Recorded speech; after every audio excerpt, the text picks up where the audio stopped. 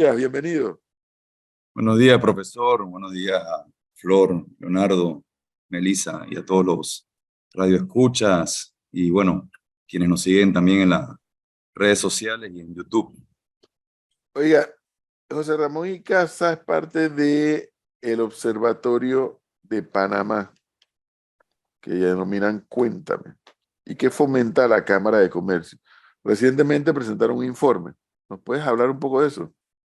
Sí, no, por supuesto, y muchas gracias por el espacio. Panamá Cuéntame inicia en octubre del año 2021 con la presentación del primer informe, tomando en cuenta de que como país debíamos estar monitoreando y midiendo el avance de los compromisos adquiridos en la Agenda 2030 y de los Objetivos de Desarrollo Sostenible, pero también con el objetivo de medir la calidad de vida del ciudadano, entendiendo que la calidad de vida del ciudadano tiene distintas esferas y esas esferas que nosotros hemos ido midiendo tienen que ver primeramente con el activo de la persona, con el hábitat urbano, la ciudadanía y gobierno y por cuarto, el desarrollo económico y competitividad.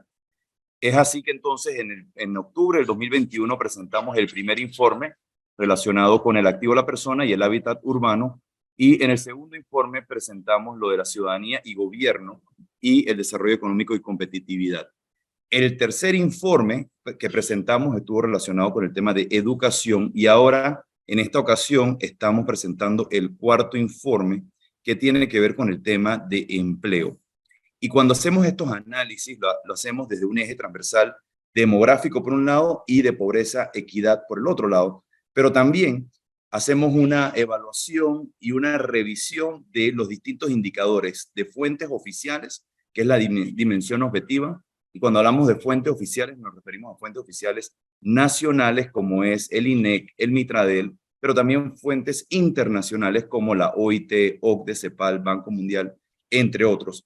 Y después comparamos esos indicadores oficiales con la dimensión objetiva que tiene que ver con encuestas de percepción ciudadana, en este caso del mercado laboral. Así que este cuarto informe es un informe que cuenta con mucha información sobre la situación del mercado laboral panameño y lo compara cada uno de estos indicadores en función a cuál debería ser niveles óptimos para el tema del empleo, la empleabilidad, pero también lo compara con otros países, tanto de la región como países de ingreso medio alto, pero también con países de la OCDE para tener entonces un punto de referencia de cómo se encuentra Panamá en estos indicadores del empleo.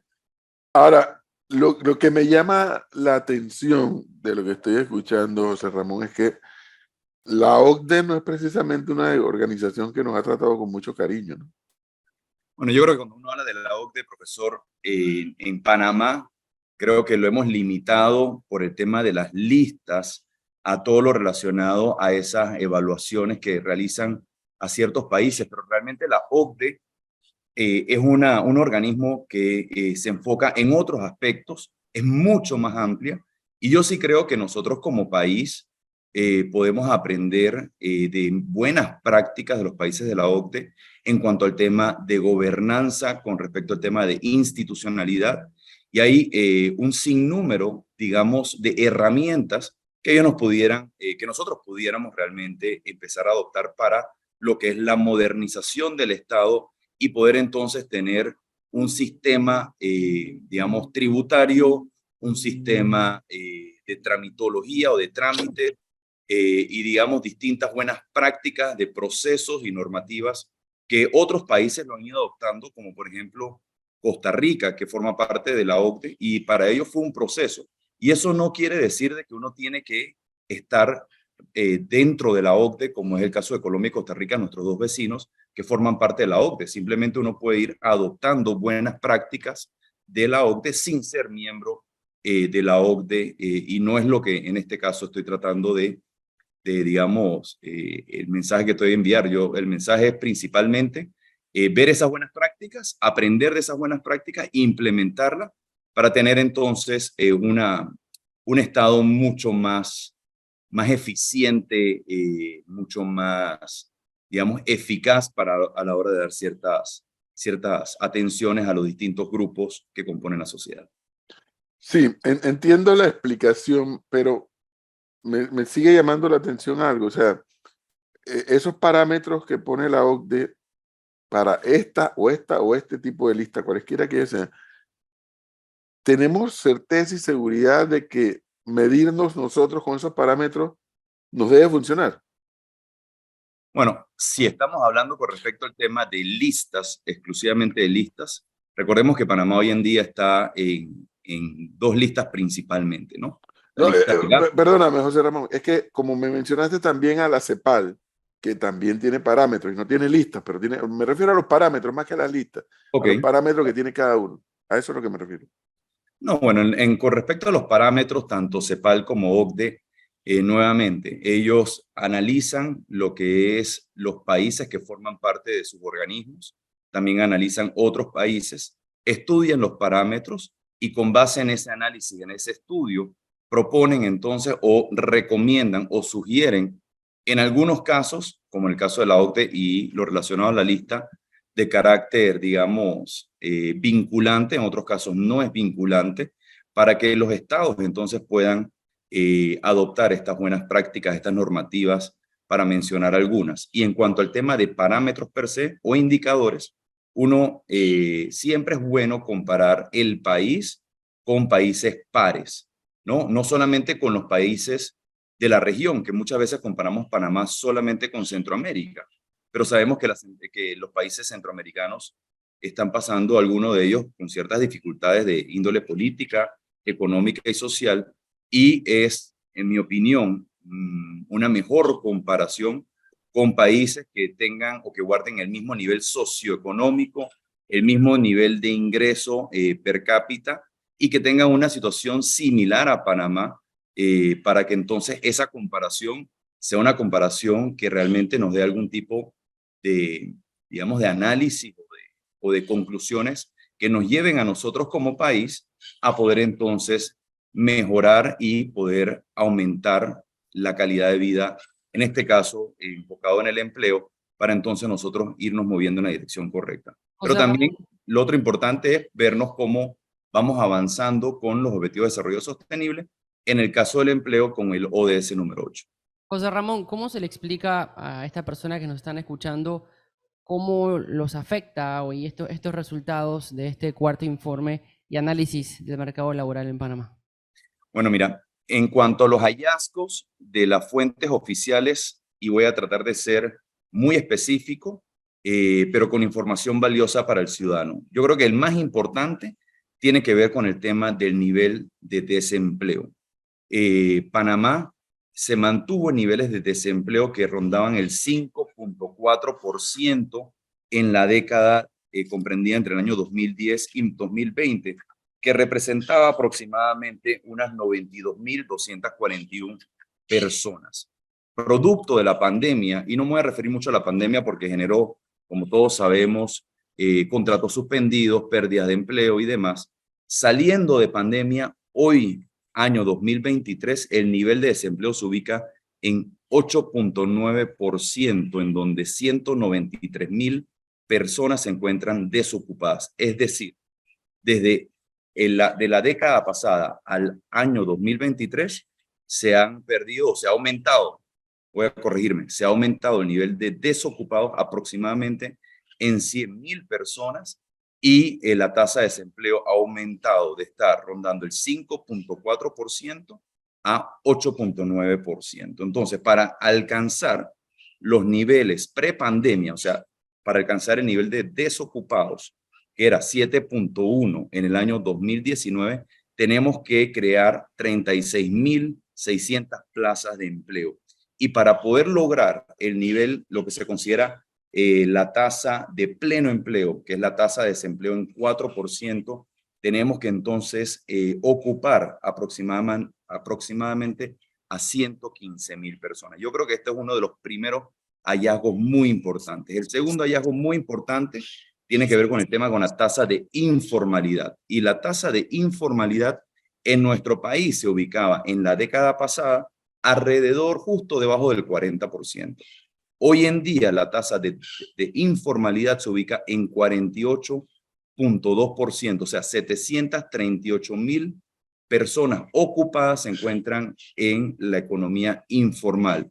Y cuando uno lo compara nuevamente con países y en este caso voy a utilizar la OCDE, que debería ser algo aspiracional para nosotros y hacia donde nos deberíamos ir moviendo para poder estar en esos niveles de formalidad, en esa tasa deberíamos estar rondando el 10%. Así que definitivamente son dos indicadores muy importantes que hemos resaltado en este informe.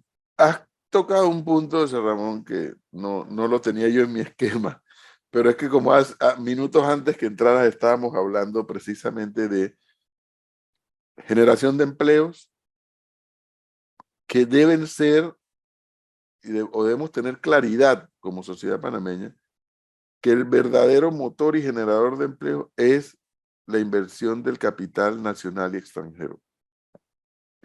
Que los panameños debemos dejar de ver al Estado como principal generador de empleo porque no hay forma de sustentar eso. No hay manera que el Estado sea el principal generador de empleo. No cabría tanta gente en el Estado y además lo que nos costaría a todos. Y hablábamos entonces de las condiciones. Bueno, ¿cuáles son las condiciones que está creando Panamá para que el capital nacional y extranjero invierta y en consecuencia de esa inversión genere empleos? Porque hay una realidad, José Ramón, cuando yo paso revista de la cantidad de empresas que eran de capitales nacionales, que fueron vendidas a empresas transnacionales o de otros o capitales del extranjero, si cuando tú sumas toda esa cantidad de empresas y la cantidad de dinero en las cuales fueron vendidas, tú no ves esa inversión en Panamá. O sea, tú no ves que esos propietarios de esas empresas nacionales, que eran capitales nacionales, vendieron muy bien, perfecto, esa es la dinámica, compra y venta, pero no se ha visto esa inversión nuevamente. ¿Qué es lo que habrá pasado ahí? Bueno, mira, hay que recordar siempre, y disculpen el ruido de fondo que estoy acá en Costa Rica y hay una periquera por ahí dando vuelta. Literalmente una periquera, pero bueno, disculpen y disculpa a los quienes nos sintonizan. Mira, indudablemente vivimos en un mundo en donde cada vez los mercados de capitales buscan invertir en distintos mercados para lograr diversificar su riesgo. Y Panamá forma parte, digamos, de este mercado de capitales, en donde Panamá, por su crecimiento económico, su estabilidad política y social, pero también por ser una economía dolarizada con indicadores macroeconómicos relativamente sanos, siempre va a ser visto como un puerto seguro para la inversión. ¿Qué significa eso? Que al ser Panamá un país estable, estos capitales extranjeros y la inversión extranjera directa busca en Panamá empresas que pueda adquirir y que sienta el inversionista en un momento dado que con esa adquisición de la empresa puede aumentar ya sea su participación en distintos mercados, o sea, diversificación mercado, pueda también tener otros mercados para poder colocar sus productos. Puede también ser la motivación de aumentar rentabilidad, utilizar a nuestro país como una plataforma regional para poder impulsar. Y es totalmente inevitable que los capitales sigan fluyendo hacia nuestro país buscando esas oportunidades. Ahí es donde nosotros como país debemos entonces tener una política más agresiva, en mi opinión, de fomentar el emprendimiento, pero también el apoyo a la micro, pequeña y mediana empresa. Porque ambos, tanto el emprendedor, que puede ser que está en la economía formal o informal, o la micro, pequeña y mediana empresa, que también puede estar en la economía informal o formal, son grandes generadores de empleo. Y estos grandes generadores de empleo, que son la micro, pequeña y mediana empresa, y los emprendedores, típicamente son empresas panameñas. Y son empresas que tienen mucha capacidad de poder crecer si nosotros podemos apuntalar con facilitación de negocio, con apoyo en cumplimiento de normativas y certificaciones, con apoyo a la capacidad de exportar sus productos, sus bienes y servicios exportables, con facilidades para temas de levantamiento o estructuras de financiamiento, ya sea a través de deuda o capital. Entonces creo ahí, profesor, que hay una gran oportunidad nosotros como país, porque las grandes empresas es inevitable que un capital extranjero vea a la empresa y tiene indicadores financieros muy atractivos y entonces haga una oferta, ya sea una oferta pública o una oferta privada para adquirir entonces el control de esa empresa. Bueno, por ahí va el asunto.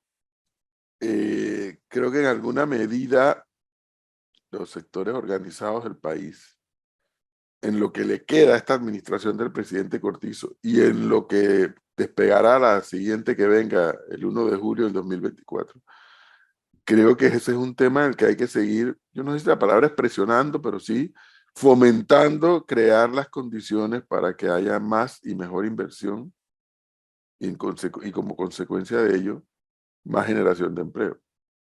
Sí, no, y otro tema que tocó, profesor, en la pregunta tiene que ver con el aumento de la planilla en el sector público. Y eso realmente ha sido una tendencia que viene ya de más de 10 años. Hoy en día el sector público, y es parte de lo que está en nuestro informe, emplea aproximadamente el 17% de la población económicamente activa. Pocas palabras, ha pasado o ha superado lo que son sectores que tradicionalmente eran los mayores generadores de empleo, como el sector agropecuario y el sector construcción, que ocupan el 15% y el 9% respectivamente de la población económicamente activa. El único que no ha sido superado y que es el mayor empleador de la población económicamente activa es el sector comercio. Entonces, a nosotros nos debe preocupar como país lo que ha sido el incremento de la población ocupada por el sector público y por el otro lado, durante el mismo periodo que está en el estudio, hemos visto que el sector privado no ha logrado llegar a los niveles de ocupación y de plazas de empleo que había antes de pandemia. Son temas que están en el informe, debemos profundizar. De igual forma, en el informe, profesor, hacemos un análisis de la tasa de desocupados en cuanto a los grupos de edad, en donde vemos un alto nivel de desempleo en los jóvenes entre 15 a 29 años, que llega a casi 20%. O sea, 1 de cada 5 panameños en edades de 15 a 29 años en este momento está desempleado. Y este grupo de edad representa prácticamente el 80% de Wow. perdón, casi el 56% de los desempleados que existen en este momento en el país. O sea, más de 100.000 panameños en edades del 15 a 29 años se encuentran desempleados. También hicimos un análisis por región y las regiones donde se concentra la mayor cantidad de desocupados está en Panamá, Panamá Oeste y Colón, que representa al 80% de las personas desocupadas. Y por último, que creo que es una información importante, agarramos la data del tercer informe que está relacionado con el sistema educativo de nuestro país y lo cruzamos con la data de empleo. Y llama la atención de que del total de las personas ocupadas, el 34% cuenta con un título superior y el 63% tiene una educación ya sea primaria, secundaria o vocacional. Eso quiere decir de que tenemos que aumentar la participación de personas con título universitario. Ahí hay un gran grupo de jóvenes de 15 a 29 años que están graduados, que no consiguen empleo, pero también es un mensaje al sistema educativo que tenemos que buscar la manera de aumentar las personas con una educación superior, ya sea universitario o ya sea a través de una educación técnica superior especializada que nos pueda ayudar a nosotros a llenar esas plazas de empleo que actualmente los empresarios, el 65% de los empresarios indica que hay escasez de talento. Bueno, don José Ramón y Casa, muchísimas gracias por compartirnos este informe al cual hay que darle, indiscutiblemente hay que darle seguimiento. Muchas gracias, profesor, y buenos días a todos. Que estés bien. César. Gracias. 8:33, Melissa. ¿Se fue Melissa? No, aquí estoy, vamos al Ah. cambio. Hay que avanzar.